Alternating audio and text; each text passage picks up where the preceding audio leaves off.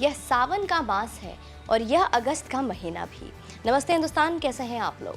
कितना अद्भुत संयोग है कि 12 महीनों के एक साल में श्रावण मास हिंदू आस्था का सबसे पवित्र माह है और अगस्त भारतीय अस्मिता के बिंदु से भी सबसे महत्वपूर्ण।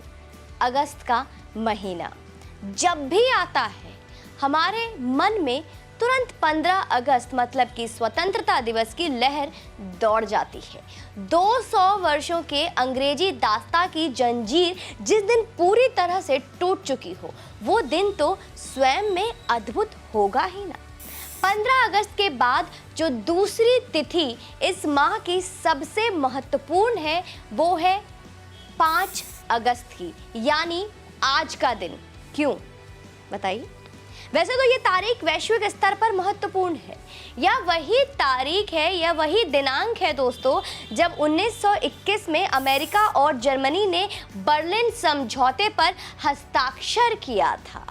यह वही तारीख है जब 1945 में अमेरिका ने जापान के हिरोशिमा पर परमाणु बम गिराया था। यह बहुत खुद में एक बहुत महत्वपूर्ण तारीख है। ये वही तारीख है जब रूस, ब्रिटेन और अमेरिका ने मॉस्को पर परमाणु परीक्षण निषेध संधि की, और यह वही दिनांक है जब अफ्रीकन देश बुर्किना फासो ने अपने स्वतंत्रता की घोषणा की थी।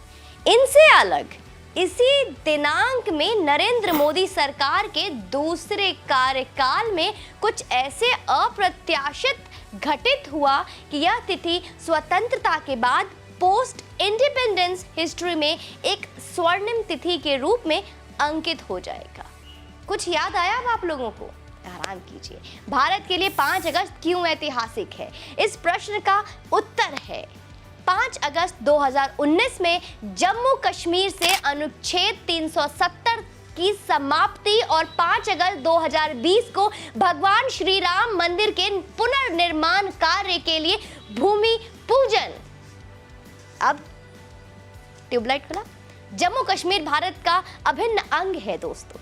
यह वक्तव्य राजनीतिक दलों के नेता देते अवश्य थे, लेकिन सत्य यह था कि जम्मू कश्मीर अनुच्छेद 370 के नागपाश में बंधा हुआ था और भारत से कटा हुआ था। यह अनुच्छेद भारत सरकार के किसी भी निर्णय को सीधे तौर पर जम्मू कश्मीर में लागू होने से रोकता था। इसीलिए जम्मू कश्मीर भारत का अभिन्न अंग है। यह बात 5 अगस्त 2019 से पहले केवल कहने भर के लिए ही था। भारत माता भारती के शीश मुकुट जम्मू कश्मीर में अनुच्छेद 370 एक जहरीले कांटे की तरह था। इसके कारण कश्मीर घाटी के चंद परिवार मालामाल हो रहे थे। घाटी में अलगाव की आग धधक रही थी। घाटी के युवा पत्थरबाज बने हुए थे। सेना को अनेक प्रकार की चुनौतियों का सामना करना पड़ रहा था। वो तो हम हर दिन देखते ही थे ना। कश्मीर घाटी के नेता जो अनुच्छेद 370 को अपने लाभ के लिए पत्थर की लकीर समझते थे, उनमें से नेशनल कॉन्फ्रेंस के अध्यक्ष और जम्मू कश्मीर के पूर्व मुख्यमंत्री फारूक अब्दुल्ला दम्भ के साथ कहते थे कि धरती पर, याद रखिएगा, धरती पर कोई भी ताकत अनुच्छेद 370 को छू नहीं सकती। वहीं पूर्व मुख्यमंत्री महबूबा मुफ्ती कहती थी 370 को कोई छू भी नहीं सकता। इससे एक कदम आगे बढ़कर उन्होंने धमकी दी थी, ना समझोगे तो मिट जाओगे। ए हिंदुस्तान वालों, तुम्हारी दास्तां तक भी नहीं होगी दास्तानों में। अनुच्छेद 370 के नाम पर चांदी काटने वाले इन कश्मीर घाटी के नेताओं को लद्दाख के सांसद जयमांग सेरिंग, ये नाम याद रखिएगा आप लोग, जयमांग सेरिंग नामग्याल ने संसद में यह कहते हुए मुंह तोड़ उत्तर दिया था कि इस फैसले से केवल 2 परिवारों की रोजी रोटी बंद होगी। केवल 2 परिवार, नाम बता चुकी हूं आपको। इस विषय पर कांग्रेस का अपना ही एक राग अलाप था जो हर वक्त रागता था। लेकिन 5 अगस्त 2019 का दिन कश्मीर घाटी में बढ़ रहे अलगाववाद पर बहुत शक्तिशाली एक प्रहार था। इस प्रहार की चोट इतनी गहरी थी कि पाकिस्तान भी बिलबिला रहा था। 5 अगस्त 2019 को जम्मू कश्मीर के भारत का अभिन्न अंग होने की राह में अनुच्छेद 370 की समाप्ति होना एक ऐतिहासिक दिन था। ऐसा ऐतिहासिक दिवस था। 5 अगस्त 2019 को भारत सरकार ने सभी को चौंकाते हुए अनुच्छेद 370 हटा दिया और जम्मू कश्मीर और लद्दाख में एक नए युग का आरंभ हुआ। पिछले 500 वर्षों के इतिहास में 5 अगस्त 2020 का क्या कहना। ये दिवस एक और ऐतिहासिक घटना हुई।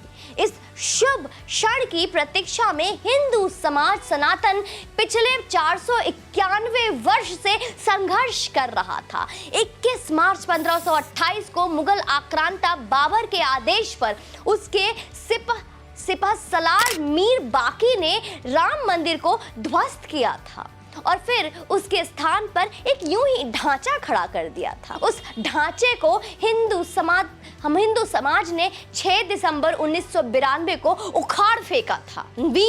वीरों ने। इसके बाद न्यायालय में प्रकरण चला और चलता रहा और अंत में हिंदू समाज की विजय हुई।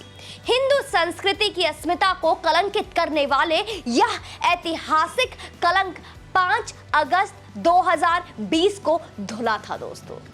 5 अगस्त 2020 को राम मंदिर निर्माण के लिए भूमि पूजन के दिव्य क्षण की प्रतीक्षा और संघर्ष में राम भक्तों की कई पीढ़ियां अपने आराध्य प्रभु श्री राम का मंदिर बनाने की अधूरी कामना के साथ उनके श्री चरणों में लीन हो गई थी। यह कैसे भूल सकते हैं हम। लेकिन 5 अगस्त 2020 को वह शुभ क्षण आया और प्रधानमंत्री नरेंद्र मोदी के हाथों द्वारा असंख्य सनातनी राम भक्त हिंदुओं के संघर्ष, त्याग और तप की पूर्णाहुति हुई। वह क्षण कैसे भूल सकते हैं। उस दिन संपूर्ण हिंदू समाज के आनंद की कोई सीमा नहीं थी। ना जाने कितने लाखों की दीप जली, कितने प्रज्वलन हुए। इसलिए हिंदू समाज के लिए 5 अगस्त का दिन आधुनिक दीपावली त्योहार के समान है दोस्तों।